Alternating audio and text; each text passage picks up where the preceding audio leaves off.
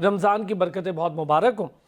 दुकान, hotel, clubs, hospital, beauty parlour समेत मुख्तलिफ कारोबार जो हैं उन पर FBR निज़ाम मुंसलिक करना अब लाजिम करार दिया जा रहा है। अच्छा, ये चीज़ें कोई इतनी मुश्किल नहीं थी, या मुझे लगता है कि ये होना पहले से चाहिए था, अब क्यों करार दिया जा रहा है? ये तो नॉर्मल चीज़ है। आप लोगों को करार देकर इतना घबराने में, इतनी परेशानी में क्यों डाल रहे हैं? ये तो होना ही है। देखिए, अगर कोई कारोबार कर रहा है, उससे कमा रहा है, तो उसका कुछ सर्टेन अमाउंट वो टैक्स की सूरत में दे, ताकि उसी सूरत में उसको उसके रिटर्न्स मिलें। रिटर्न्स में क्या है? सहूलियात मिलें, सड़कें अच्छी मिल जाएं, उसके बच्चों की तालीम के मामला ठीक हो जाएं, ये रिटर्न्स हैं। और जहां पर उसको छूट मिलनी चाहिए एक टैक्स पेयर को, वहां उसको छूट मिले। तो ये हैं सारे मामलात, और यही पूरी दुनिया में एक आम सिलसिला है जो मैं समझता हूँ। आज इकोनॉमिस्ट से बात करेंगे तो वो क्या समझते हैं वो भी हम बताएंगे जी। बिजली एक बार फिर महंगी होने का खदशा जाहिर किया जा रहा है, जबकि दूसरी तरफ IMF ने शर्त आयद की थी कैप्टिव पावर प्लांट जो हैं उस पर लेवी आयद की जाए। अच्छा, इस मद में अगर देखें कि उस पर लेवी आयद होती है तो वहाँ क्या सिचुएशन होगी? बिजली महंगी होगी, सस्ती होगी? सोलर पॉलिसी किसी को समझ नहीं आ रही, रोज़ाना की बुनियाद पे क्यों बदल रही है? इंडस्ट्री, तमाम इंडस्ट्रियलिस्ट जिनसे मैं बात कर रहा हूँ वो कह रहे हैं जी इंडस्ट्री का पट्टा बैठ रहा है, जबकि इकोनॉमी के फिगर्स बड़े ठीक आ रहे हैं। रमज़ान आ गया, महंगाई की सूरत हाल आम आदमी की लाजमी बात करेंगे। खाने पीने की अशिया, शे खुरनोश और ख़ास तौर पे फल हर रमज़ान में महंगे होते हैं। कोई पहली बार नहीं होगा अगर मैं कहूँ जी ऐसे हो गया तो वैसे, ये मुबालगा आ रहा है। हर रमज़ान में मैं और आप महंगा फल ख़रीदते हैं, फिर कई कई बार उसका बाइकआउट किया जाता है फल ख़रीदने का। अब आवाम बेचारी बाइकआउट करके फलों से भी महरूम हो जाती है, और फिर किसी न किसी तौर उसको कभी मेहमान आ गए, कभी बच्चों के लिए ख़रीदने ही पड़ जाते हैं। बहुत सारी चीज़ें हैं हम आज इंडस्ट्री को लेके, महंगाई को लेके, पाकिस्तान की इकॉनमी में होने वाले जो रप्चर्स हैं, FBR सिस्टम्स हैं, और इंडस्ट्री की बेहतरी, एंटरप्रेन्योरशिप, SME सेक्टर, इसको कैसे बेहतर किया जा सकता है, इन पर बात करेंगे। एहसन मेहनती साहब माहिर मैशत हैं, डायरेक्टर आरिफ हबीब ग्रुप भी हैं, बहुत शुक्रिया आपका। हाफिज़ मोहम्मद उस्मान राना साहब माहिर मैशत हैं, बहुत शुक्रिया। हाफिज़ साहब आपका भी। नईम बुखारी साहब माहिर मैशत हैं, थैंक यू सो मच, आप तीनों हज़रात ने हमें ज्वाइन किया। पहले ज़रा एहसन मेहनती साहब, ये जो हम देख रहे हैं इस वक्त हर जगह एक FBR निज़ाम मुंसलिक करने की बात करें, ये कोई ऐसी अनोखी चीज़ तो नहीं होनी चाहिए। FBR निज़ाम से मुराद टैक्स लेना है। अगर ब्यूटी पार्लर्स हैं, दुकानें हैं, होटल्स हैं, क्लब्स हैं, ये तो अगर कारोबार कर रहे हैं तो कुछ सर्टेन अमाउंट टैक्स उन्हें देना चाहिए। हमें अब क्यों ख्याल आ रहा है 2025 में इस बात का? देखें, आई थिंक कि जो डेवलपिंग सिचुएशन है उसमें टैक्सिंग द टैक्स्ड पे जो इस वक्त हमारा देख रहे हैं जो कंसर्न्स हैं, कॉर्पोरेट टैक्सेस 71% तक चले गए हैं। नॉमिनल अगर आप देखें इफेक्टिव टैक्स रेट्स 54-55% हैं कॉर्पोरेट सेक्टर पे। तो आई थिंक कि इस अप्रोर के साथ जो है वो गवर्नमेंट के लिए काफ़ी डिफ़िकल्ट हो रहा है कि टैक्सिंग द टैक्स, यानी कि सैलरी क्लास पे बोझ पड़े। नए मौके या टैक्स बेस बढ़ाने की जो इस वक्त जो कोशिश की जा रही है, आई थिंक उसको हमें सराहना चाहिए। आई थिंक कि इसकी तो बात पिछले कई सालों से, डिकेड से कहा जा रहा है कि टैक्स बेस को बढ़ाया जाए। अल्टीमेटली हम एग्रीकल्चर सेक्टर भी उसके अंदर ले आए, और अब बात यह है कि उसके अंदर भी हमने कुछ टैक्स के स्लैब्स रखे हुए हैं। अनफॉर्चुनेटली रिकवरी इतनी इम्प्रेसिव नहीं है, फ्लड्स भी आ जाते हैं, बट जाहिर है गवर्नमेंट एक्सपेंडिचर्स उसी लेवल पर हैं, गवर्नमेंट के कमिटमेंट्स भी हैं डेवलपमेंट के। ऐसी सिचुएशन के अंदर जो है वो टैक्स टू GDP हमारा जो 10% पे है, फॉर एग्जांपल, उसको हमें 15% पे लेके जाना है। वो रीजन के अंदर सबसे कम है कलेक्शन।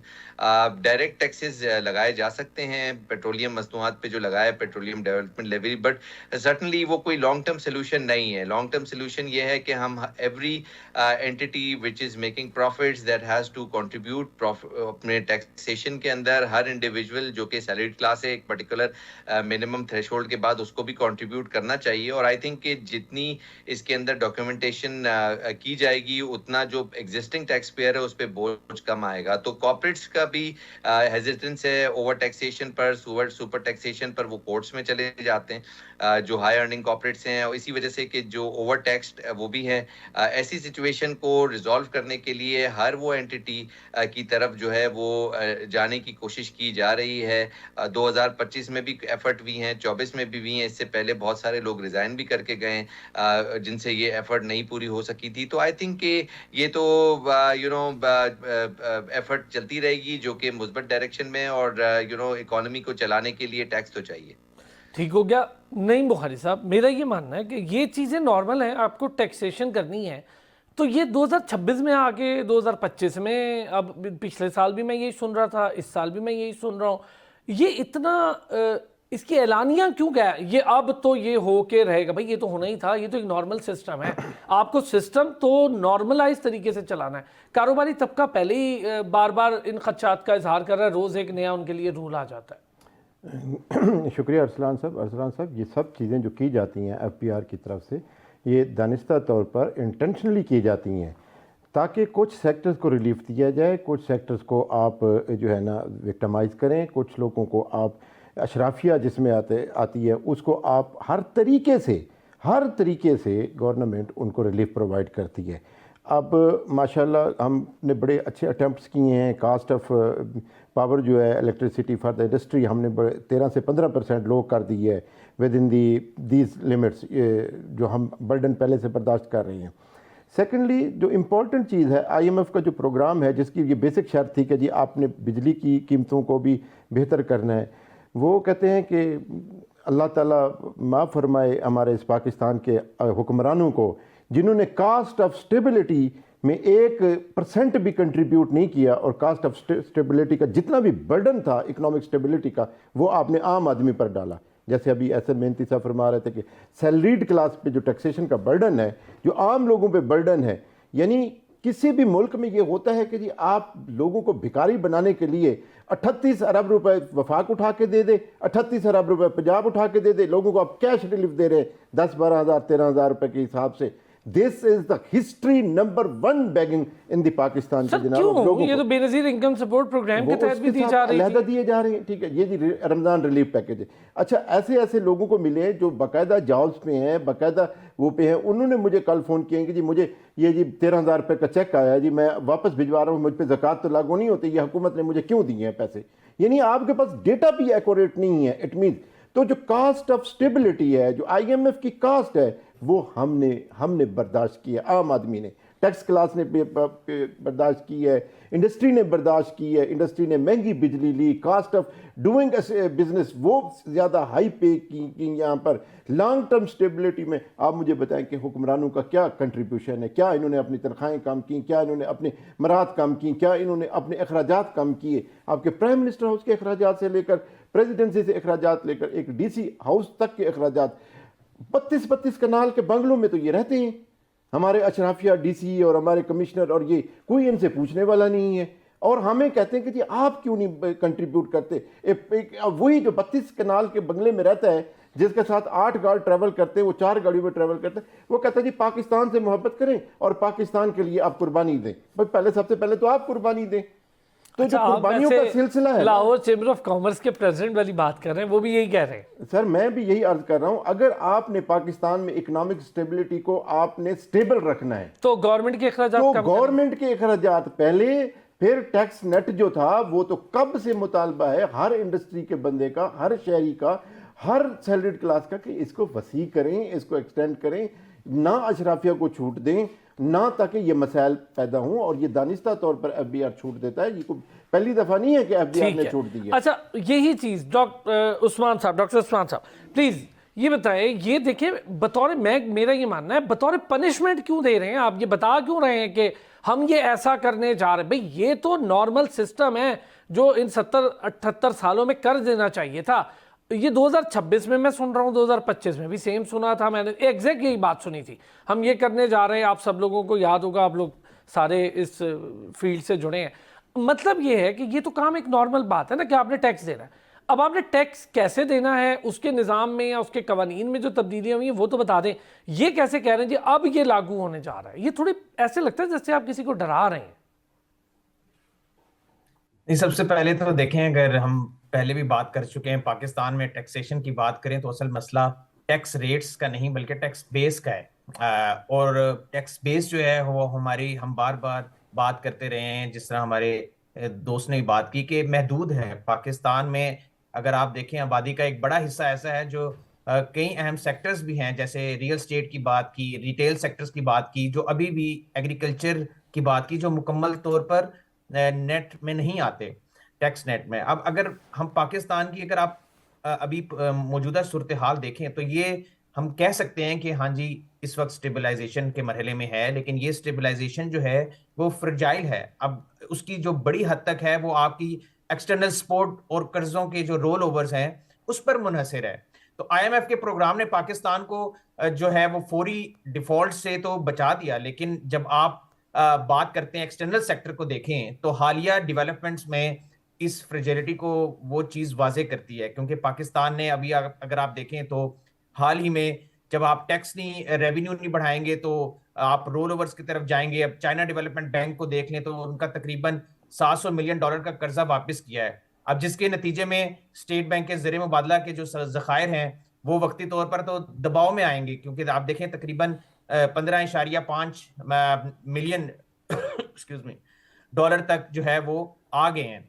तो अब ये तवक्को की जाए कि अब ये आपका मसला इससे हल हो जाएगा, जो स्ट्रक्चरल वीकनेसेस हैं वो मौजूद हैं। अब ये कर्जा वो कह रहे हैं कि दोबारा मई या जून में रीफाइनेंस करेंगे। और साथ ही साथ अगर आप देखें हुकूमत ने ये भी इशारा दिया है कि वो स्टैंडर्ड चार्टर्ड बैंक लंदन से तकरीबन $600 मिलियन का जो है वो शॉर्ट टर्म फैसिलिटी लेने का फैसला कर रहे हैं। अब दूसरी तरफ अगर आप देखें तो एनर्जी इंपोर्ट्स को फाइनेंस करना है उन्होंने। इसके अलावा बहुत से जो हुकूमत ने इस साल तकरीबन आप देखें $26 बिलियन के एक्सटर्नल लोन्स का हदफ रखा था, लेकिन अब तक सिर्फ तकरीबन 5 से 7 मिलियन डॉलर ही हासिल हो चुके हैं। तो आपकी फॉरेन इन्वेस्टमेंट भी तकरीबन 41% कम है, एक्सपोर्ट्स भी आपकी तकरीबन 7% कम है। तो ये जाहिर करता है कि पाकिस्तान की जो एक्सटर्नल अर्निंग कैपेसिटी है वो अभी भी महदूद है। तो जब तक आप अपनी टैक्स बेस को नहीं बढ़ाएंगे तो आप जो है वो अपनी एक्सपोर्ट्स को नहीं बढ़ा सकते। और फिर आईएमएफ का जो रिफॉर्म्स का मकसद वो बुनियादी तौर पर पाकिस्तान की स्ट्रक्चरल जो कमजोरियां हैं उनको हल करना है। और खास तौर पर अगर आप देखें तो वो ये इशारा करते हैं कि जो हमारी वीक टैक्स कलेक्शन है, फिस्कल डेफिसिट है और गवर्नेंस इश्यूज हैं, उसके ऊपर काम करने की जरूरत है। क्योंकि देखें शॉर्ट टर्म में इन रिफॉर्म्स का बर्डन तो अवाम ने बर्दाश्त किया है, लेकिन खास तौर पर जब आप बिजली की कीमतों की बात करते हैं तो उसमें आप देखेंगे तो इजाफा जो है वो आता है। अब इसी सूरत हाल में आपने अभी देखा हाल ही में पाकिस्तान में सोलर एनर्जी का तेजी से फैलाव आया, क्योंकि लोगों ने महंगी जो बिजली से बचने के लिए वो अल्टरनेटिव सोल्यूशन उन्होंने तलाश किए, क्योंकि ये एक इकोनॉमिक रिस्पॉन्स था, ठीक है। लेकिन इससे पावर सेक्टर के लिए नए फाइनेंशियल चैलेंजेस भी पैदा हो गए, क्योंकि उन्होंने जो लॉन्ग टर्म उनकी कैपेसिटी पेमेंट चार्जेस हैं वो भी पे करने हैं। तो ये कहना दुरुस्त होगा कि पाकिस्तान स्टेबलाइजेशन की तरफ बढ़ रहा है, लेकिन अभी भी रिजर्व्स को मेंटेन करने के लिए और एक्सटर्नल बोरिंग्स को और रीफाइनेंसिंग पर जो हमारा इन्हिसार मौजूद है वो अभी भी मौजूद है। तो असल सवाल ये है कि हम कब तक ये जो एक कर्ज वापस करने के लिए दूसरा कर्ज लेते रहेंगे। तो हकीकी और पायदारी अगर आपने मुआशी और इस्तेहकाम उसी वक्त तक आपका मुमकिन होगा जब पाकिस्तान में आप अपनी जो स्ट्रक्चरल वीकनेसेस हैं उसके ऊपर काम करेंगे। और उसमें सबसे बड़ी जो स्ट्रक्चरल वीकनेस है वो आपके टैक्स के निज़ाम की है। ठीक हो गया। और वो वाकई में ये बात आपकी दुरुस्त है, सैलरीड क्लास सबसे ज़्यादा टैक्स भर रही है, तो रिपोर्ट खुद बता रही है, किसी को और से पूछने की ज़रूरत भी नहीं है। एक्सटर्नल अर्निंग्स, एहसन मेहनती साहब, एक्सटर्नल अर्निंग्स कैसे बेहतर की जाती हैं? क्या कोई ऐसा कामयाब मॉडल मौजूद है हमारे आसपास कि हम समझें कि इसको अडॉप्ट किया जा सकता था जो अडॉप्ट नहीं किया हमने? देखें, आई थिंक कि जो डेवलपिंग सिचुएशन है मुल्क की, उसमें आपने भी एक जनरली हमारी जो मिलिट्री एक्सपोर्ट्स हैं हमारे जो हम देख रहे हैं, जो ऑर्डर्स हमें पूरी दुनिया से आए जब से हमने इंडिया के साथ इस वॉर को जीता, इस वॉर के बाद जो ऑर्डर्स हमारे पास आ रहे हैं उसमें स्पेशली जो गवर्नमेंट की जो अनाउंसमेंट्स हैं वो यही हैं कि मोरलेस हम आईएमएफ प्रोग्राम से निकल जाएंगे अगर हम इन मिलिट्री एक्सपोर्ट्स को जो है वो प्रोसीड करें। तो आई थिंक कि ये एक अच्छी सोर्स हो सकती है एक्सटर्नल फंडिंग की, बिसाइड्स जो हम लोन तरह से डिस्कस हुआ वो हम प्रोसेस उसको कर रहे हैं, या IMF प्रोग्राम में हम एक्सपेक्ट कर रहे हैं कि 1.2 ट्रिलियन हमें मिल जाए, 1.2 बिलियन डॉलर मिल जाए फरवरी में। तो आई थिंक कि जो मेजर जो डेवलपमेंट्स हो सकती हैं वो IT एक्सपोर्ट्स की हमने देखा वो 20% इजाफा देखा गया, और आई थिंक कि वो वहाँ पे हम देख सकते हैं कि IT भी एक ऐसी सोर्स है, IT एक्सपोर्ट्स जो बिसाइड्स हमारी मिलिट्री एक्सपोर्ट्स के हमें हेल्प कर सकती हैं। FDI के नंबर्स वीक आ रहे हैं, एक्सपोर्ट वैसे जनरली उस पे इम्पैक्ट हुआ है, स्पेशली जो इंडिया जो US डील है जिसमें उनको स्पेशल रेट्स 18% के मिले हैं टैरिफ के, आई गेस वो कुछ हद तक हमसे बेहतर डील कर गए। तो अब अपेरेंटली उनको इस ऑयल डील में कुछ लॉसेस भी होंगे, बट आई थिंक वो वेनेजुएला के ऑयल जो है वो कवर अप करेगा। बट आई थिंक कि जो इस डेवलपिंग जियोपॉलिटिकल सिचुएशन है उसमें हमें बहुत सारी चीज़ों को देखना पड़ेगा। एक तो ऑयल प्राइसेस के अंदर इजाफा पिछले कुछ दिनों में देखा गया है, वो 10% तक इजाफा हो गया है। ये हमारे लिए थोड़ा सा नेगेटिव है। करंट अकाउंट सरप्लस हमने बिल्कुल दिया $120 मिलियन का जनवरी में, बट आई थिंक कि इसका कंटिन्यू होना काफी डिफिकल्ट होगा। ऐसी सिचुएशन में जिस तरह से आप कह रहे हैं कि एक्सटर्नल सोर्सेज हमें देखनी पड़ेंगी, वो मिलिट्री बैकअप हमारे पास एक है। आई थिंक कि वो ऑर्डर्स हमारे पास अगर प्रोसेस हो जाते हैं तो वो हमें उसके पैसे, रिकोडेक भी एक अच्छी सोर्स है, आई होप कि उसका रिव्यू हो रहा है उस इन्वेस्टमेंट का, वो भी एक अच्छी सोर्स है। लॉन्ग टर्म में हम हमारे सारा लोन जो है मुल्क का वो रिकोडेक के थ्रू पे ऑफ कर सकते हैं। मिनरल पे इन्वेस्टमेंट की बात हो रही थी, लेकिन वहाँ इशू ये है, एहसन मेहंदी साहब, माजरत, सॉरी आपकी बात काट दी मैंने सर, वहाँ ये इशू है कि बड़ा हिस्सा सूबे को जाएगा, विफाक के पास कम रहेगा, NFC के बाद तो यही मामलात हैं, फिर कैसे चलेगा? विफाक पैसे तो विफाक ने वापस करने हैं। देखें, डॉलर्स तो आएंगे, डॉलर तो नेशनल किटी में आएंगे, वो तो फिर डॉलर कन्वर्ट होते हैं रुपीस के अंदर, वो जहां भी चले जाएं। बट आई थिंक कि जो डॉलर की सोर्स है वो हम देखते हैं कि जो रेमिटेंसेस होती हैं जिस तरह से वो कहीं भी चली जाती हैं, बट रेमिटेंसेस गवर्नमेंट को तो नहीं मिलती हैं, वो तो ना विभाग को मिलती है ना प्रोविंस को मिलती हैं, वो तो इंडिविजुअल रेमिटेंसेस होती हैं। लेकिन वो हमारे डॉलर की जो बिल होते हैं हमारे, उसको हम उससे पे ऑफ करते हैं, जो इम्पोर्ट बिल होते हैं। तो इसी तरह से हमारी जो सोर्सिंग होगी रिकोडेक की वो प्रोविंसेस पे जाएगी, बट डॉलर की जो रिसीट है वो हमारे लोन पे ऑफ उससे हमें हो सकते हैं, और जाहिर है वो रुपी में कन्वर्ट होते हैं ना इवेंचुअली। तो कहने का मकसद ये है कि जो हमारी सोर्सिंग है वो अच्छी सोर्सिंग है, बट जियोपॉलिटिकल अनसर्टेनिटी या सिक्योरिटी अनरेस्ट जो मुल्क के अंदर हमने देखा, बलूचिस्तान में जो इन्वॉल्वमेंट हुई हमारी जो तो वो उसमें हमें इन प्रोजेक्ट्स को जो है वो कंटिन्यू रखने के लिए एफर्ट करनी पड़ेगी, सिक्योरिटी भी प्रोवाइड करनी पड़ेगी रिकोडेक के लिए। आई थिंक ये एक चैलेंज होगा, बट हम मिलिट्री इक्विपमेंट्स जो है उसका भी एक्सपोर्ट कर सकते हैं। साथ में जो हमारी जनरल एक्सपोर्ट्स हैं उसके लिए गवर्नमेंट ने अभी स्कीम तो निकाली, एक्सपोर्ट रिफाइनेंस रेट्स कम किए हैं। आई थिंक टेक्सटाइल एक्सपोर्ट्स के अंदर भी हमें अच्छे नंबर्स नजर आए हैं, वो बढ़ रही हैं। तो गवर्नमेंट की जो स्कीम्स हैं स्पेशली टेक्सटाइल सेक्टर के लिए, जो एनर्जी कॉस्ट को सब्सिडाइज किया, आई थिंक कि वो भी इंडस्ट्रियल टैरिफ जो कम किया है उसका भी पॉजिटिव इम्पैक्ट पड़ेगा। ठीक हो गया। अर्निंग्स, एक्सटर्नल अर्निंग्स नहीं बुखारी साहब? जी सर, अर्ज ये है कि जो आपका पाकिस्तान का मॉडल है डॉलर्स लाने का, वो बहुत ही फरसूदा और बहुत ही पुराना मॉडल है। अब इंडिया की जो एक्सपोर्ट्स हैं वो 225 से 240 बिलियन डॉलर्स हैं IT की, हमारी हैं 2 से 3 बिलियन डॉलर, और ये हमारा टारगेट है 2026 का 25 का कि भी हम 3 बिलियन डॉलर तक अपनी एक्सपोर्ट्स लेके जाएंगे।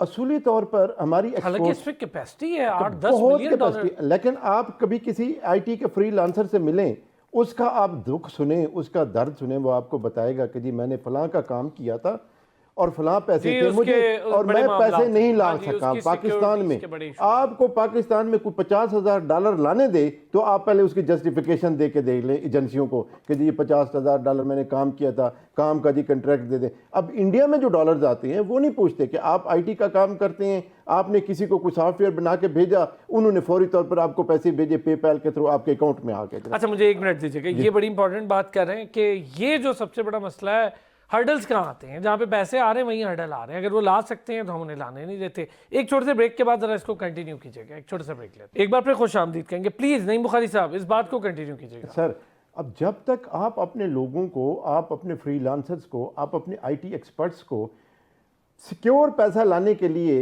इजाज़त नहीं देंगे, उनको महफूज ज़राए नहीं देंगे कि भाई आप किस तरीके से कानूनी तौर पर पैसा लेने देंगे, एक वो काम करें, दूसरा वो आपको सफाइयाँ दें। इन हालात में जहां आप ना नेट दे रहे हैं, ना लोगों को आप हाई टेक्नोलॉजी दे रहे हैं, ना लोगों को आप फैसिलिटेट कर रहे हैं किसी भी तरीके से, जब वो डॉलर लाना चाहते हैं आप उनको गर्दन से पकड़ लेते हैं, तेरे पास डॉलर आए कहाँ से बता।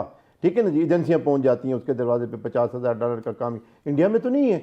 अब वही काम इन जो पाकिस्तानी $50,000 में करते हैं, इंडिया वाले कहते हैं जी हम $10,000 में करके देते हैं, लोग वो वहाँ चले जाते हैं।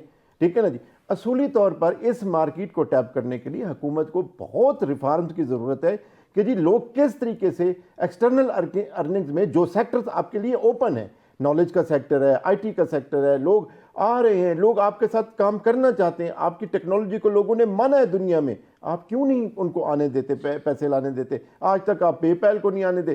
कितने ही आपका जितना लोगों के साथ फ्रॉड हो रहा है यूएसडीटी और यूएसडीसी के चक्कर में, बाइनांस पे और दूसरी कंपनियों में, आप देखें पाकिस्तानियों के डॉलर्स कितने फंसे हुए हैं सर। तो कम से कम ऐसा कोई सिस्टम बनाया जाए, ऐसा निज़ाम बनाया जाए कि हर बंदा जो भी कमाना चाहता है डॉलर्स की सूरत में दूसरे ममालिक से, वो आए और महफूज तरीके से रियासत उसको पैसा लाने दे। बहुत अच्छे। मैं चाहूँगा एहसन मेहदी साहब इस पर थोड़ी सी बात आप भी करें, आईटी सेक्टर को लेके। सही बात है, मेरा खुद बहुत सारों से ऐसी डिस्कशन हुई, अभी एआई वीक मनाया गया, उसमें काफ़ी सारे लोग आए, यहाँ भी आए, स्टूडियो भी आए, हम लोगों ने बात भी की। उनका भी ये कहना है कि हमें जब पैसे लाने होते हैं तो हमें बहुत सारा कुछ बताना पड़ता है, कहाँ से कैसे, जबकि हमने तो काम किसी सॉफ्टवेयर कंपनी के लिए किया होता है। अब वो हमें पैसे दे देती है, वो हमें डॉक्यूमेंट्स नहीं पकड़ाएगी इतने सारे। यहाँ पे एक नया मामला, फिर ये बेचारे दुबई में पैसे कभी कहीं पार्क कर रहे हैं, ये मजबूरी हो रही है। देखिए, आई थिंक कि ये तो एक डेवलपिंग सिचुएशन है। गवर्नमेंट काफ़ी ज़्यादा हेल्पफुल है, स्कीम्स हैं इम्पोर्ट रेमिटेंसेस पर। कुछ डॉलर्स आप लाते हैं, उसको उसमें आपको जो है गवर्नमेंट स्कीम्स के थ्रू जो है इंसेंटिव्स मिलते हैं गवर्नमेंट के। आई थिंक रेमिटेंसेस पे, जो होम रेमिटेंसेस है उस पर सिग्निफिकेंट हमने देखा है कि जो रेमिटेंसेस पर जो है वो स्कीम्स इंसेंटिव्स मौजूद हैं। जहाँ तक आप सोर्सिंग की बात है, तो सोर्सिंग पूरी दुनिया में उस पर अगर चेक नहीं है तो चेक होना चाहिए, बिकॉज फिर हम वो ग्रे लिस्ट में आ जाते हैं। आई थिंक कि उसको अवॉइड करने के लिए जितनी पूछताछ होती है वो this considered to be positive. India की आप मिसाल इसलिए नहीं दें कि इंडिया तो रशिया के केस में बहुत बुरा फंसा हुआ है कि वो इंपोर्ट वहां से कर रहा है और उसको टैरिफ की लेवीज और आए जो जिस तरह से उसको ट्रीट किया है यूएस ने, वो हमें सेल्फ इंस्ट्रक्टिव है कि ये अगर आप डिस्क्लोजर्स के साथ नहीं चलेंगे तो फिर आपकी ऐसी एक्टिविटीज भी हो सकती हैं, जैसे ईरान पे इस वक्त बैन है ट्रेड का, और अगर आपके डिस्क्लोजर्स नहीं होंगे कि वो उसकी सोर्सिंग क्या है और अगर उसकी सोर्सिंग फॉर एग्जांपल ईरान हो जाती है तो हम काफी ज्यादा प्रॉब्लम में आ सकते हैं। तो अगर पूछगछ होती है तो ये इसको हमें थोड़ा इसको पॉजिटिवली भी लेना चाहिए। चेकिंग होती है, एयरपोर्ट पे आप आते हैं तो चेकिंग होती है। अब आप कहेंगे कि चेकिंग क्यों होती है, तो बहुत सारे ऐसे लोग हैं जिसको मिसयूज भी कर लेते हैं। तो आई थिंक कि इसको हमें थोड़ा पॉजिटिव एंगल भी देखना चाहिए। अच्छा, जहां नहीं, तक मेरा IT ये एक्सपोर्ट्स की मेरा बात, पूछने का ही मतलब है ऐसे में जैसा पेपॉल जैसे चीजें, हाँ, और ऐसा कुछ अगर हो तो कोई प्रॉब्लम नहीं है, इस पर तो काम किया जा सकता है। देखिए पेपाल के लिए तो बहुत ज्यादा मेहनत की गई थी कि वो आ जाए। तो ऐसी तो रिस्पेक्टिव फाइनेंशियल प्रोडक्ट्स अगर कोई प्रोवाइड करता है तो एनीवन इज एनकरेज्ड। अगर बैंक ऑफ अमेरिका पाकिस्तान में आके काम करना चाह रही है तो who will stop them? Actually PayPal करना चाह रही है तो हु विल स्टॉप देम? हमारे तो आईटी के लोग वहां पर जाकर रिक्वेस्ट करते हैं कि आप आ जाएं। अब कल माइक्रोसॉफ्ट अगर पाकिस्तान में आना चाहता है तो उसको कौन रोकेगा?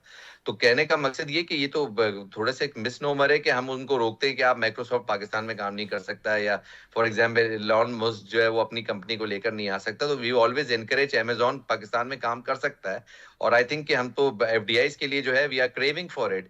तो गवर्नमेंट इज वर्किंग। ऐसी बात नहीं है कि हम नहीं चाहते कि पेपाल यहाँ पर आए। पेपाल क्यों नहीं आए?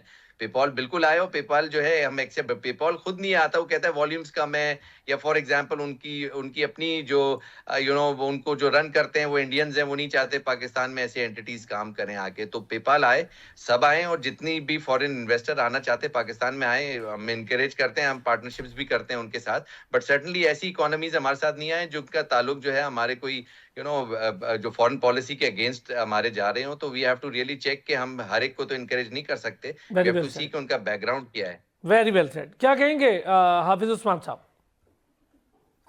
जी देखिए, अगर हम पाकिस्तान की एक्सपोर्ट्स की परफॉर्मेंस को देखते हैं तो बुनियादी जो मसला मुझे समझ में आता है वो डिमांड का नहीं है, बल्कि डोमेस्टिक स्ट्रक्चरल कंस्ट्रेंट्स हैं का है। क्योंकि पाकिस्तान में अगर आप देखें तो एक्सपोर्ट जो पोटेंशियल है वो अभी भी मौजूद है, लेकिन जब एक्सपोर्टर्स को आप इंस्टीट्यूशनल और फाइनेंशियल सपोर्ट की जब जरूरत होती है तो वो मुकम्मल तौर पर आप फराम नहीं कर पाते, जिसकी वजह से क्या होता है कि जो आपके एक्सपोर्ट ग्रोथ है वो अपनी जो हकीकी सलाहियत है उससे कम रह जाती है। अगर आप खास तौर पर देखें तो फाइनेंशियल इंटरमीडिएशन की मैं यहाँ बात करूंगा, यानी बैंकिंग सिस्टम जो हमारे यहाँ है, या वो एक अहम किरदार अदा करता है जब भी आपकी एक्सपोर्ट की बात हो। तो जिसमें आपकी इंटरनेशनल ट्रेड में अगर आप देखें तो एक्सपोर्टर्स के लिए ये जरूरी होता है कि वो खास तौर पर उन्हें जो है वो बर वक्त वर्किंग कैपिटल मिले, उन्हें ट्रेड फाइनेंस मिले, उन्हें साथ साथ जो है वो पेमेंट का जो प्रिडिक्टेबल मैकेनिज्म है वो भी दस्तयाब हो। लेकिन अब पाकिस्तान में अनफॉर्चुनेटली अक्सर जो एक्सपोर्टर्स हैं वो जब उनको फाइनेंसिंग की या फॉरेन एक्सचेंज प्रोसेसिंग की अप्रूवल्स की जरूरत होती है तो वो जो ट्रेड डॉक्यूमेंटेशन है उसमें डिलेज आते हैं और उसमें उनको काफी ज्यादा तंगी होती है। तो इसका जो असर है वो ज्यादा फिर एक्सपोर्टर पर पड़ता है, उसकी जो एक्सपोर्ट्स हैं वो महदूद हो जाती हैं। और साथ ही साथ अगर आप देखें तो जो इंटरनेशनल बायर की कॉन्फिडेंस है उसके ऊपर भी असर पड़ता है, क्योंकि अगर आप देखें ग्लोबल मार्केट्स में आप रिलायबिलिटी और प्रिडिक्टेबिलिटी की जो अहमियत है उसको आप इग्नोर नहीं कर सकते। और इसी सूरत हाल को देखते हुए अगर आप देखें तो जो आपका ब्रॉडर मैक्रो इकोनॉमिक स्टेबिलिटी है उसके ऊपर भी आपका असरात मुरतब होते हैं। तो जब एक्सपोर्टर को जो आपकी एक्सपोर्ट्स हैं वो मतलूबा रफ्तार से नहीं बढ़ती तो जो आपकी अभी हमने फॉरेन एक्सचेंज अर्निंग्स की बात की तो वो डायरेक्ट जो है वो उसके ऊपर इम्पैक्ट आता है, और एक्सटर्नल अकाउंट्स जो हैं उसके ऊपर भी इसका असर पड़ता है। और फिर आपके साथ साथ जो रिजर्व्स हैं वो जो है वो सस्टेन नहीं कर पाते, और एक्सटर्नल बोरिंग और जो आईएमएफ की सपोर्ट है वो फिर आपके लिए जरूरी बन जाती है। तो इस तरह अगर आप एक्सपोर्ट की जो वीकनेसेस हैं जिसके ऊपर हुकूमत काम कर भी रही है, लेकिन उसके ऊपर और तेजी लाने की जरूरत है, और बराह रास्त जो है वो आपको, ताकि जो माइक्रो इकोनॉमिक स्टेबिलिटी है उसके ऊपर उसका असरात ना हो। लिहाजा मेरा जो अपनी ओपिनियन वो यही है कि जो आपकी सस्टेनेबल स्टेबलाइजेशन के लिए अगर आप पाकिस्तान में अपने एक्सपोर्ट इकोसिस्टम को मजबूत बनाएं, जिसमें आपकी बैंकिंग सेक्टर का जो रिफॉर्म्स है वो एक बहुत अहम है, ताकि जो एक्सपोर्टर है वो जब बैंक के पास जाए तो उसको जो एक्सपोर्ट ओरिएंटेड फाइनेंसिंग है उसको जो है वो मिले, और साथ ही साथ जो ट्रेड ये तो सर एक खुद में बहुत बड़ा चैप्टर है डॉक्टर उस्मान साहब, ये तो खुद में एक इतना बड़ा चैप्टर है कि इस पर तो हम जितनी बात करें कम है। ये फाइनेंसिंग का इशू बहुत ज़्यादा अब उनके साथ मौजूद है जो शायद निचले दर्जे पे काम कर रहे हैं, एसएमई सेक्टर्स हैं। बड़ी कंपनियों ने तो काफ़ी कम कर दिया है लोन बोरोइंग, वो भी एक अलग प्रॉब्लम है।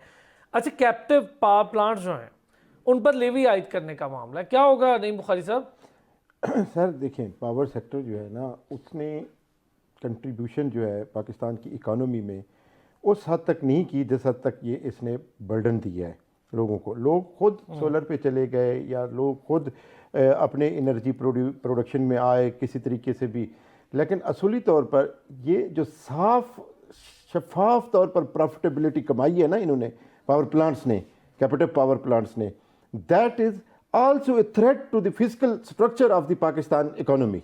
जो फिजिकल स्ट्रक्चर है उसका एक बहुत बड़ा थ्रेट है कि जी जिसको हम फेस कर रहे हैं। जितना भी आप देखें हमारा वो बड़ा हुआ है जो क्या उसको कहते हैं हम, जो सर्कुलर डेट आपका आप तो पैसे तो लेके उतारने रहे, हमने इनको देते हैं, जितना पैसा आता है जी ये ले लेते हैं, हम फिर उसको महंगा करके अपने एक्सपेंडिचर पूरे करते हैं, बिजली को महंगा करके।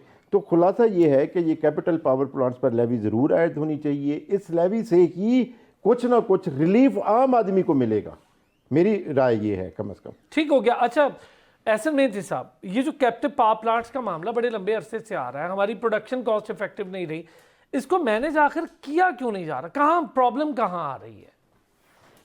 देखिए, हम कहीं भी मरातें देते हैं, जहाँ भी मरातें देते हैं, वहाँ पे हमें आईएमएफ के अप्रूवल्स लेने पड़ते हैं। अब एनर्जी सब्सिडी हम दे रहे हैं या कैप्टिव पावर की पॉलिसी लेकर आ रहे हैं, जो इससे पहले पॉलिसी हमारी थी नेट मीटरिंग की, वो पॉलिसी को भी हमने चेंज किया। आई थिंक कि उसके अंदर लेंडर लेंडर के अप्रूवल्स है, लेंडर की रिकमेंडेशन है, वरना हम एक तरफ प्राइम मिनिस्टर को देखते हैं कि वो इनकरेज करते हैं जरूर जरूर। नेट मीटरिंग को, और फिर उसके बाद उसी को हमने जो है वो उसी को बैकआउट किया। तो आई थिंक कि उसके पीछे हमें देखना चाहिए कि हमारा लैंडर, और खुल के नहीं गवर्नमेंट इस तरह से इंडिकेट कर सकती है, बट सर्टनली हमें हमारे फेडरल बजट को अभी निपटाना है, और उसके अंदर जो उसकी जो ट्रांच है आईएमएफ की, उसके लिए उसका रिव्यू प्रोसेस चल रहा है। तो अगर हम ऐसी मरातें दे दें, जो कि मरातें जो है वो ट्रेडिशनली दी जाती हैं, जिस तरह से बहुत सारे टैक्स फ्री जोन्स दिए जाते हैं इंडस्ट्रियल एक्टिविटी के लिए, वो भी हम नहीं दे सकते क्योंकि वो आईएमएफ में हमारी रिस्ट्रिक्शन उस पर है। इसी तरह कैप्टिव पावर की प्राइसिंग के पॉइंट ऑफ व्यू से भी वी आर रिस्ट्रिक्टेड। तो इसी तरह से नेट मीटरिंग में वी आर रिस्ट्रिक्टेड। तो ये जो ग्रे एरियाज हैं जो कि लेंडर कंसिडर करता है, आई थिंक कि उस सूरत के अंदर हमने देखा था कि हम एनर्जी सब्सिडीज नहीं दे सके जहां हमारी फ्लडिंग हो गई थी वहां पर भी, तो उसके लिए भी आईएमएफ का अप्रूवल हमें नहीं मिला। तो इसको हमें इस तनाजुर में देखना चाहिए कि हम इंडेबिटेड नेशन है, $130 बिलियन हमें रीपे करना है, और कुछ तो रीपेमेंट जो है हमारी बॉन्ड्स की नेक्स्ट मंथ ड्यू है, ओवर ड्यू है, जिसकी डिपेंडेंसी टैरिफ के साथ है। इस वक्त जो आईएमएफ यूएई के साथ हमारे ताल्लुकात है, उसमें हमारे रिन्यूअल सिर्फ 2 महीने के लिए जो है, और एक हायर टैक्स रेट पे हम जो है वो डिपॉजिट्स को पे कर रहे हैं ताकि हम एक बिल्टअप कर सके फॉरेन एक्सचेंज रिजर्व जो हमारे इंपोर्ट को कवर दे सके। तो अनफॉर्चुनेटली हम एक ऐसी सिचुएशन में जहां पर हम मराते नहीं दे सकते, और वहां पर हमें वो प्राइसिंग गिवन सिचुएशन में लेनी पड़ती हैं। बट मैं ये समझता हूं कि जो हमारे अस्करी इदारे भी हैं, उनका काफी ज्यादा रोल रहा है हमें इस मुसीबत से निकालने के लिए। हालांकि उनका रोल हमारे डिफेंस के लिए, लेकिन जाहिर है वो वहां पर हम देख रहे हैं कि वो हमारी फाइनेंशियल पॉलिसीज के अंदर हमें हेल्प कर रहे हैं, और हमें ऐसे ममालिक के साथ डिपॉजिट ला के दे देते हैं जिनको हम अस्करी तौर पे जो है वो फैसिलिटेट करते हैं।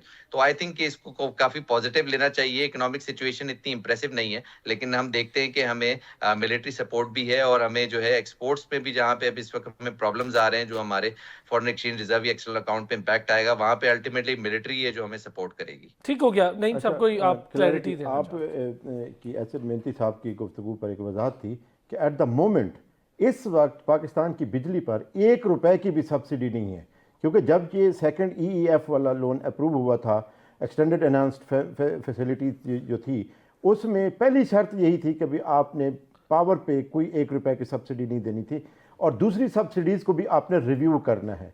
और खुशी की खबर ये है कि पाकिस्तान का जो ये रिव्यू हो रहा था, सेकंड रिव्यू, ये सक्सेसफुली कंप्लीट हो गया। ये कल की बात है। ठीक है। तो ये आज की ही न्यूज़ है, ये मैं आपको बता दूं। दूसरी बात जो इम्पोर्टेंट है वो ये है कि देखिए, आप इन अशराफिया पे लेवी ज़रूर लगाएं जो पावर प्लांट्स के, कैपेटिव पावर प्लांट्स के मालकान हैं, इनको आप मत छोड़ें, इन पे लगाएंगे, मरात ना दें इनसे। इनको कोई किसी किस्म की मरात नहीं देनी चाहिए। इन्होंने खून चूसा है पाकिस्तान की आवाम का। यही तो दुश्मन है पाकिस्तान के असल में, जिन्होंने मतलब है कि $1 की बिजली $16 में दी है हमें जनाब। अच्छा, ठीक हो गया। क्या कहेंगे डॉक्टर उस्मान साहब इस पे, ये जो कैप्टिव पावर प्लांट्स वाला मामला है, इसको मैनेज नहीं कर पा रहे अरसा दराज से? देखिए, अगर हम कैप्टिव पावर और नेट मीटरिंग के मसले को देखें तो सबसे पहले ये समझना ज़रूरी है कि जो हमारी सोलर एनर्जी का तेज़ी से फैलाव किसी पॉलिसी का नतीजा नहीं था, बल्कि वो एक लोगों का मुआशी रद्द-ए-अमल था। क्योंकि जब आपकी ग्रिड इलेक्ट्रिसिटी महंगी है और गैर यकीनी उसमें सूरत हाल है, तो जो आपके घरेलू और जो बिजनेसेस हैं, वो अपने अखराजात जो हैं वो फिर उनको कंट्रोल करने के लिए कोई तो अल्टरनेटिव लेके आएंगे, तो उन्होंने सोलर सिस्टम इंस्टॉल किए।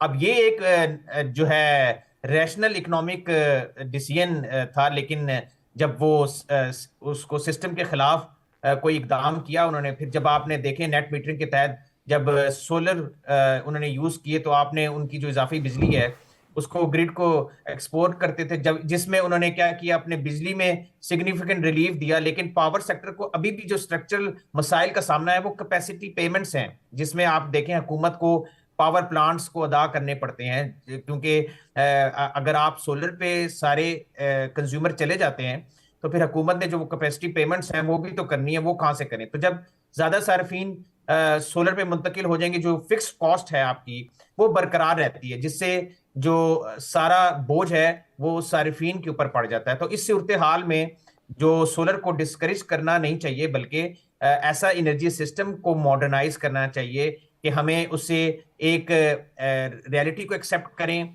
कि ये जो डिस्ट्रीब्यूशन है आपकी सोलर में, वो पाकिस्तान की एनर्जी मिक्स का जो है वो मुस्तकिल हिस्सा बन सके। ठीक तो हो गया। इसलिए जरूरी है कि लेकिन हम इसमें जो एक है इम्पॉर्टेंट बात ये है ना, जो अभी हम देख रहे हैं डॉक्टर उस्मान से पहले आप, हमने एक लोन लिया, उससे हमने सर्कुलर डेट को फिक्स किया, सर्कुलर डेट फिर से खड़ा हो गया, अब क्या करेंगे, फिर लोन लेंगे, फिर उसको फिक्स करेंगे। ये प्रॉब्लम है, इसको खत्म क्यों नहीं कर रहे हम?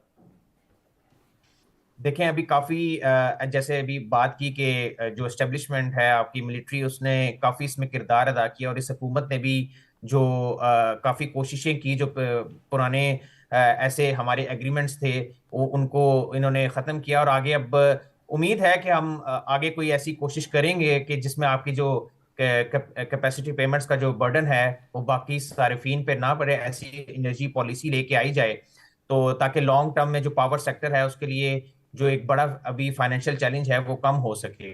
तो लिहाजा असल जो मसला वो पॉलिसी डायरेक्शन ये होनी चाहिए कि सोलर और जो ग्रिड है एक दूसरे का कंपेटिटर नहीं, बल्कि उनको कंप्लीमेंट्री सिस्टम्स के तौर पर देखा जाए, ताकि जो स्मार्ट बैटरी स्टोरेज है, प्राइसिंग है, और पावर सेक्टर रिफॉर्म्स के जरिए पाकिस्तान का एक अफोर्डेबल, सस्टेनेबल और आप कहें ऐसा निज़ाम हो जो रिजिलियंस हो, जिसमें एनर्जी सिस्टम जो है आप डेवलप कर सकते हैं उसके अंदर। ठीक हो गया। यही चीज़ अगर मैं एहसन साहब आपसे पूछूं, हम लोग एक लोन लेते हैं, उस लोन के ज़रिए सर्कुलर डेट फिक्स करते हैं, कुछ दिन में देखते हैं फिर जी सर्कुलर डेट खड़ा हो गया। ये कोई मुस्तकिल हल नहीं है। अगर इससे जान नहीं छूटेगी तो ये बिलों पर ट्रांसलेट होता रहेगा, जो मैं और आप भरते रहेंगे और भर भी रहे। देखें, यू आर राइट कि ये सर्कुलर डेट जो क्राइसिस है हमारा, ये रिजॉल्व नहीं हो रहा। इसका एक हल तो ये था कि ये प्राइसिंग हम ज़्यादा कर दें, दूसरा ये कि जो हमारा यूटिलाइजेशन है, इसकी जो कैपेसिटी जनरेशन है, इसको हम मेक श्योर करें कि इसकी रिकवरी हो सके। आई थिंक कि recovery is the need of the time. जो रिकवरी हम नहीं कर पा रहे, कुछ गवर्नमेंट इंस्टीट्यूशंस हैं कहीं जो नई पावर लॉसेस जो होते हैं on the grid, I think कि उसको हम अगर ख़त्म कर सकें तो ये एक रिजॉल्व है, जिसमें फिर दोबारा से हमें जो है वो हमारे सिक्योरिटी इंस्टीट्यूशंस को ऑन बोर्ड लेना पड़ेगा। और जाहिर है ये सारी कंपनीज अब प्राइवेट सेक्टर की तरफ जा रही हैं। प्राइवेटाइजेशन आई गेस कि वो नीड ऑफ द टाइम है कि वहाँ पे ये प्राइवेट सेक्टर में जब जाएं तो ये रिकवरीज जो हैं इनकी सिग्निफिकेंट हो सकती हैं। तो आई थिंक कि इसका जो प्राइमरी सोल्यूशन है वो प्राइवेटाइजेशन है। सेकेंडरी सोल्यूशन इसका ये है कि हमें जो है वो रिकवरी की तरफ जाना चाहिए, ताकि ये बर्डन जो है वो कॉमन कंज्यूमर की तरफ जो है या इंडस्ट्रियल एक्टिविटी को इम्पैक्ट नहीं करे। अल्टीमेटली हमारी एक्सपोर्ट्स इम्पैक्ट होती हैं, अल्टीमेटली गवर्नमेंट की रिसोर्सेज इम्पैक्ट होती है, और आईएमएफ जो है स्पेशली कीन नहीं है कि वो सब्सिडाइज करे इन इंडस्ट्रीज को जो कि ऑलरेडी हायर टैरिफ पे चल रही हैं। तो आई थिंक ये नीड ऑफ द टाइम ये है कि इस वन ऑफ प्राइवेटाइजेशन की तरफ हम जाएं, ताकि ये डिस्कोज जब प्राइवेटाइज हो तो सर्कुलर डेट क्राइसिस जो ये क्रिएट करती हैं, आई थिंक कि उस पर जो है वो हम काबू पा सकें। कोई कंक्लूडिंग रिमार्क्स नहीं मुखर्जी साहब इसी पे? जी बिल्कुल, बड़ी अच्छी आज गुफ्तगू हुई है। कंक्लूडिंग रिमार्क्स यही है कि मैक्रो इकोनॉमिक स्टेबिलिटी अगर आप चाहते हैं तो आपको माइक्रो इकोनॉमिक स्टेबिलिटी को भी फोकस करना होगा। बड़ी खूबसूरत बातें की एहसन मेहनती साहब ने कि जी हमें प्राइवेटाइजेशन, बेसिक जो सोल्यूशन है पावर सेक्टर का वो यही है कि डिस्कोज को प्राइवेट कर दें, ताकि लॉसेस पाकिस्तान की एक हुकूमत पर कम से कम हो। और जब आप कम से कम लॉसेस होंगे तो साफ ज़ाहिर फिर सर्कुलर डेट भी बचेगा हमारा, और फिर हमारी जो लेंडिंग है वो भी महफूज होगी। अच्छा, ठीक हो गया। इसमें एक चीज़ बड़ी इंपॉर्टेंट है जो आज हम सब ने देखा है, डिस्कस भी की है। हमें अपनी earning, proper earning, pure earning, उसमें और टैक्सेशन में, इसमें ज़रा गैप करना होगा। ये रेवेन्यू और टैक्सेशन का फ़र्क करना होगा। ये हम कर ही नहीं पा रहे हैं 77-78 सालों से। हम अपने कभी टैक्स को ही रेवेन्यू शो कर देते हैं, जो लोगों से ले लिया उसको शो कर देते हैं, लेकिन प्रॉब्लम उसका ट्रिकल डाउन इफेक्ट है। जो टैक्स भर रहा है वो टैक्स क्यों नहीं भरता, वो जान क्यों छुड़वाता है? क्योंकि उसको ना तो सेहत की सहूलत मिलती है, ना उसके बच्चों को तालीम की सहूलत मिलती है, ना ट्रांसपोर्ट के मामलात उसके हल होते हैं, और दीगर मामलात भी हैं। आप टैक्स रिटर्न्स भरते भरते ख़त्म हो जाते हैं, कोई उसकी मद में चीज़ नहीं आती। Naeem Bukhari sahab, thank you so much. Ahsan Mehnati sahab का बहुत शुक्रिया। डॉक्टर मोहम्मद हाफिज़ उस्मान राना साहब हमारे साथ मौजूद थे, उनका भी बहुत शुक्रिया। एक ब्रेक लेंगे, ब्रेक से वापस आएंगे, ज़रा बात करेंगे एंटरप्रेन्योरशिप पे। ये क्या चीज़ है, एंटरप्रेन्योरशिप की बेहतरी कैसे हो सकती है, इसमें टैक्सेस, पेचीदा कवानीन क्या चीज़ है, रेगुलेशंस के साथ साथ स्टार्टअप्स की फंडिंग, ये क्यों इतना बड़ा मसला है। बात करेंगे एक ब्रेक। एक बार फिर आपको खुशामदीद कहेंगे। जैसा कि मैंने कहा था, ज़रा बात करेंगे कारोबारी क़यादत के लिए तालीम को सनतकारी से जोड़ना कितना ज़रूरी है, कितना हम आहंग करना ज़रूरी है। अगर हम एसएमई सेक्टर की बात करते हैं, ये पेचीदा कवानीन और टैक्सेस ये कितना आड़े आते हैं एसएमई सेक्टर की बेहतरी के लिए। फिर एसएमई रोज़गार पैदा करते हैं मगर पॉलिसी उसे सपोर्ट नहीं करती, कैसे रोज़गार पैदा होगा, ये बड़े अहम मामलात हैं। फ्रेंचाइज मॉडल्स क्या है हमारे यहाँ, उसके बाद रिस्क लेने का कल्चर नहीं है, नए बिजनेस लाने के लिए क्रिएटिविटी दब के रह जाती है जब उसके पास फंड्स ना हो। तो यहाँ फंडिंग के बड़े मसाइल हैं। स्टार्टअप्स को फंडिंग और रेगुलेशन दोनों का सामना है।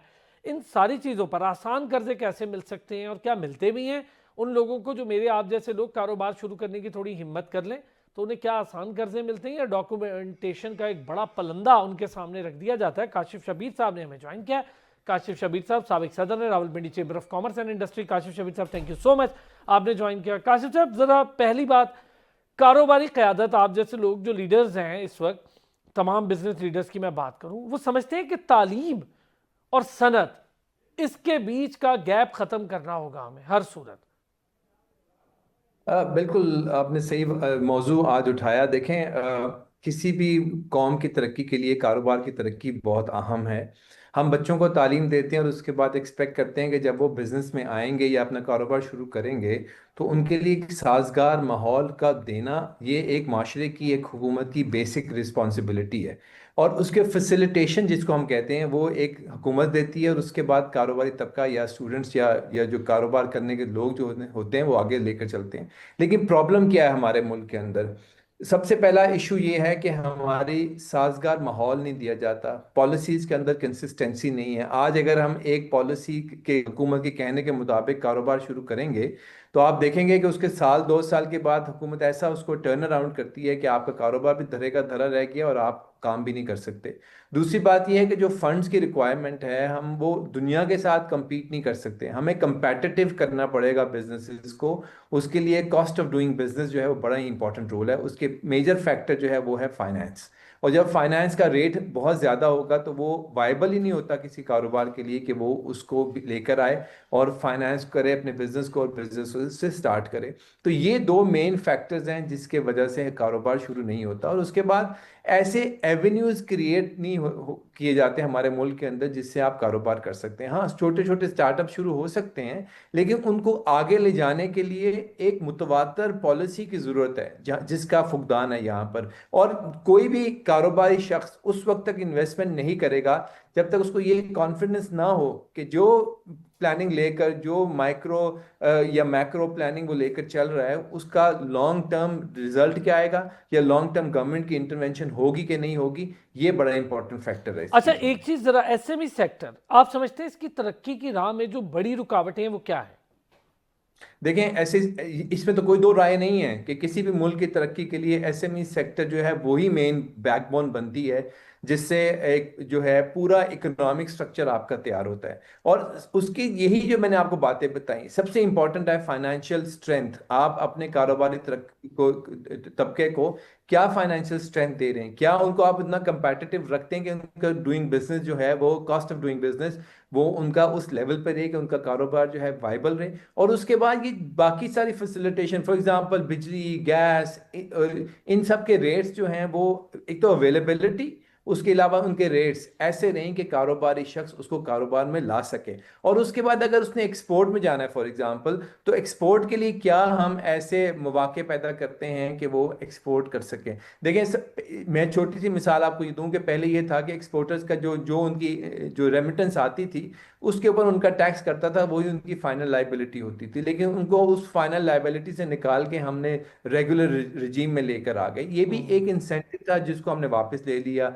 उसके अलावा जो रेट था एक्सपोर्टर्स का वो डिफरेंट मुख्तलिफ था दूसरे रेट से, बैंक के रेट की मैं बात कर रहा हूँ, उसमें गवर्नमेंट ने एक स्टेप लिया है, गवर्नमेंट ने उस रेट को नीचे लेकर आए हैं, लोगों को इंसेंटिवाइज किया है। लेकिन इस इंसेंटिव को आप कितना अरसा प्रोलॉन्ग करेंगे? आपकी पॉलिसी के अंदर 5-10 साल की कंसिस्टेंसी होनी चाहिए कि चाहे कुछ भी हो जाए हम इस पॉलिसी को चेंज नहीं करेंगे। तो फिर आप देखिएगा कि लोग इन्वेस्टमेंट भी करेंगे, लोग पैसा भी लेके आएंगे। क्यों आप देखते हैं कि पाकिस्तान से कैपिटल जो है उसकी फ्लाइट हो रही है दूसरे मुल्कों के अंदर? क्योंकि उनको नजर आ रहा है कि रिटर्न ऑन इन्वेस्टमेंट जो है वो पाकिस्तान के अंदर प्रॉपर तरीके से नहीं मिल रही, पूरी नहीं मिलती, जिसकी वजह से लोग बैरून मुल्क अपना पैसा लेके जाते हैं। आप इमेजिन करें कि यही पैसा जो दुबई में इन्वेस्ट हो रहा है, जो दूसरे मुल्कों में इन्वेस्ट हो रहा है, अगर वही पैसा पाकिस्तान में इन्वेस्ट हो तो पाकिस्तान में भी खुशहाली आ सकती है, पाकिस्तान में भी जो है वो लोग तरक्की कर सकते हैं। और जब तक ये मल्टीप्लायर फैक्टर नहीं होगा, जब तक पैसा इन्वेस्ट नहीं होगा इकोनॉमी के अंदर, वो मुल्क जो है वो तरक्की नहीं कर सकता। अच्छा, स्टार्टअप्स के लिए ये जो फंडिंग है और रेगुलेशन है, ये कितनी बड़ी रुकावट है? देखें, मैं आपको बार बार एक ही बात बता रहा हूँ कि स्टार्ट ही आपका स्टार्टिंग पॉइंट ही ये है। आपको स्टार्टअप्स को इंसेंटिवाइज करने के लिए उनको एक पॉलिसी देनी पड़ेगी और उनको कहना पड़ेगा कि अगर हम आपको ये इन्वेस्टमेंट दे रहे हैं, बैंक से इन्वेस्टमेंट दे रहे हैं, तो उसका एक मुद्दत रख लें। फॉर एग्जांपल 2 या 3 साल ऐसे रख लें कि उसमें उनको रिटर्न नहीं करना वो पैसे को, या उसके ऊपर जो इंटरेस्ट है उसकी साल या 2 साल की छूट दे दें। उसके बाद जब वो डेवलप हो जाए बिजनेस, तो उसके बाद उसका आप रिटर्न लेना शुरू कर दें। तो बेसिक नेसेसिटी है ही ये कि कैपिटल जो है वो अवेलेबिलिटी होनी चाहिए उसके अंदर। कैपिटल अवेलेबल होगा तो ऑटोमेटिकली बिजनेस जो है वो तरक्की करेंगे। अच्छा, बहुत सारी दफ़ा ये जो कर्ज़ों का मामला सामने आता है, आप बेहतर जानते हैं, बड़े बिजनेसमैन शायद कर्जा लेना आसान है उनके लिए, लेकिन ये जो बिल्कुल स्टार्टअप्स हों, एंटरप्रेन्योरशिप हो, एसएमई सेक्टर हो, स्टार्ट करना हो, हिम्मत करनी हो, कोई नया आइडिया जनरेट करना हो, कर्जे क्या प्रॉब्लम करते हैं और क्या कोई मुस्तहकम पॉलिसी क्यों नहीं दिखती है? और बतौर चेंबर कितनी बार गवर्नमेंट से इस पे बात हुई होगी? हमेशा बात होती है गवर्नमेंट से इस बारे में। देखें, जो बड़े जो बिजनेस कारोबारी तबके हैं उनके लिए आपने बिल्कुल सही कहा, उनके लिए लोन लेना इतना मुश्किल नहीं है क्योंकि उनकी फॉर्मेलिटीज वो सारी पूरी कर सकते हैं। लेकिन जो स्टार्टअप होगा, आप उससे ये एक्सपेक्ट नहीं कर सकते कि स्टार्टर आपको जो है वो मार्जिन भी पूरे देगा, आपको लीन के लिए कोई चीज़ भी रखवा देगा और आपकी सारी फॉर्मेलिटीज पूरी करेगा। तो वहाँ थोड़ा कुछ ना कुछ कुशन उनको देने की ज़रूरत है। हाँ, ये भी हम दूसरी तरफ देखते हैं कि बैंकों को भी ज़रूरत है कि बैंकर जो जो अपना कैपिटल दे रहे हैं, जो इन्वेस्ट कर रहे हैं, उनकी भी सिक्योरिटी उनको चाहिए। तो आसान तरीका बनाना चाहिए उसकी सिक्योरिटी के लिए। और जब देखें कि साल 2 साल हो गया और स्टार्टअप ने जो है वो कारोबार को आगे लेकर चल रहे हैं और रिटर्न भी उनकी तरफ से आ रही है, तो वहां पर आप कैपिटल को इंक्रीज कर सकते हैं। जितनी ज्यादा आप फॉर्मेलिटीज को बीच में डालते जाएंगे, जितनी कॉम्प्लिकेशंस डालते जाएंगे, उतना मुश्किल हो जाएगा स्टार्टअप के लिए किसी जगह से भी इन्वेस्टमेंट लेना। क्योंकि स्टार्टिंग पॉइंट कोई ना कोई तो होगा जहां से आपने बिजनेस को स्टार्ट करना है, वहां पर आपको फैसिलिटेशन चाहिए, not only from the private sector but from the public sector. अच्छा, बतौर सीनियर बिजनेसमैन मैं अगर आपसे पूछूं, ये जो रेगुलेशंस और ख़ास तौर पे टैक्सेशन एफबीआर सिस्टम्स हैं, ये सहल हैं आप लोगों के लिए या नहीं? मैंने तो बहुत सारों से बात की, अगर आप लोगों के लिए नहीं है तो फिर तो जूनियर्स के लिए तो समझ लें कि ये बड़ा ही मुश्किल हो जाएगा काम।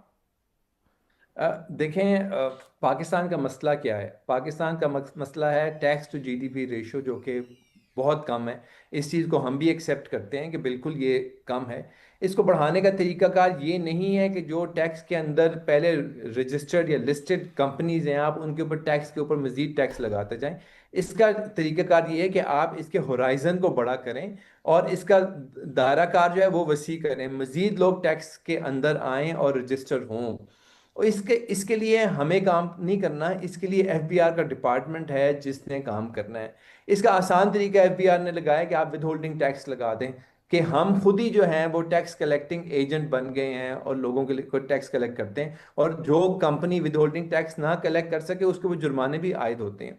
तो इसका मतलब है कि एफबीआर अपना काम पूरा नहीं कर रहा। और दूसरी बात है कि ये रजिस्टर्ड और नॉन रजिस्टर्ड, ये जो दो टर्म्स गवर्नमेंट ने खुद निकाल दी हैं, हम समझते हैं कि ये भी नहीं होनी चाहिए। सिर्फ एक टर्म होनी चाहिए, वो होती है कि रजिस्टर्ड, टैक्स के साथ रजिस्टर्ड लोग। जो टैक्स के साथ रजिस्टर्ड हैं उनको तमाम फैसिलिटीज़ मिलनी चाहिए, और जो रजिस्टर्ड नहीं है उनको फैसिलिटीज़ नहीं मिलनी चाहिए। आप जब ये तफरीक पैदा करेंगे रजिस्टर्ड और अनरजिस्टर्ड से तमाम चीज़ें वापस ले लेंगे, तो आप देखेंगे कि ऑटोमेटिकली लोगों को आना पड़ेगा। बिजली के कनेक्शंस उनको ना दें, गैस के कनेक्शंस उनको ना दें, गाड़ियां वो ना खरीद सकें, बाकी चीज़ें वो बैंकिंग वो ना कर सकें, तो आप देखेंगे कि फिर हमारा टैक्स का दायरा कार वसी वसी होगा, और ये जो हमारा टैक्स का परसेंटेज है और ये जो टैक्स का प्रेशर डाला हुआ है कारोबारी तबके के ऊपर, वो भी कम होगा। लेकिन इसका वाहिद तरीका ये है कि आप इसको वसी करें। तो चूंकि एफबीआर अपना काम पूरा नहीं करती, वो टैक्स का दायरा कार वसी नहीं होता, तो आसान तरीका यही है कि जो रजिस्टर्ड हैं आप उनके ऊपर टैक्स के ऊपर मजीद टैक्स लगाते जाएं, और अपने वो जो टारगेट्स हैं उनको आप मीट करते जाएं। बिल्कुल। एंड में सिर्फ एक चीज़ आपसे जानना चाहूँगा, आज के नौजवान के लिए ये जो तालीम है ये नौकरी का बायस बन रही है, कारोबार का नहीं बन रही है, और उसकी बड़ी वजूहत हमने डिस्कस कर ली हैं। आपके या और ऐसे बिजनेसमैन, उनके बच्चे जब पढ़ लेते हैं अच्छा, तो वो या तो वालिदैन का बिजनेस संभालते हैं अगर उसमें इंटरेस्ट ना हो तो ज़्यादा से ज़्यादा नौकरी की तरफ जाते हैं। ये कैसे ख़त्म करें इस कल्चर को? देखें, बेस्ट चीज़ तो है कारोबार। आप जॉब सीकर ना हों बल्कि जॉब गिवर हों, और आप जो है अपना कारोबार शुरू करें। ये हम हर जो नए बच्चे आते हैं, जो हमारे पास इंटर्नशिप करने भी आते हैं या जो चेम्बर्स में भी आते हैं, उन सबको हम यही सिखाते हैं कि आप अपना कारोबार शुरू करने करें। हाँ, शुरू में आप ये कर सकते हैं कि आप कुछ अरसे के लिए नौकरी करके एक कॉरपोरेट स्ट्रक्चर को आप सीख लें, और उसके बाद आप कारोबार के में आए। लेकिन उसके लिए मैं समझता हूँ कुछ हमारी गलतियां भी हैं। जहां हम कहते हैं कि सरकार की गलतियां, वहां कुछ हमारी गलतियां भी हैं कि इनोवेशन और आउट ऑफ बॉक्स सोल्यूशन जो है वो सोचना, वो शायद हमने ख़त्म कर दिया बहुत है। अच्छे, ये बात सही है कि out of the box solution सोचना बहुत और हमने दूसरी खत्म बात है, कर दिया, बच्चे बाहर मिनिमाइज कर पढ़ने दिया। जाते हैं, हम उनसे एक्सपेक्ट यही करते हैं कि वो बाहर से नए नए आइडियाज, नई नई इनोवेशन लेके आएँ, ताकि पाकिस्तान में मजीद इंडस्ट्रीज लगे और मुख्तलिफ किस्म की लेटेस्ट टेक्नोलॉजी की मशीनरी आए, लेटेस्ट इंडस्ट्री लगे, ताकि पाकिस्तान भी उसके हिसाब से आगे चले। बहुत शुक्रिया काशिफ शबीर साहब, साबिक सदर Rawalpindi chamber of commerce and industry, हमसे बात कर रहे थे। अगले हफ्ते फिर होगी आपसे मुलाकात। अपना ख्याल रखिए।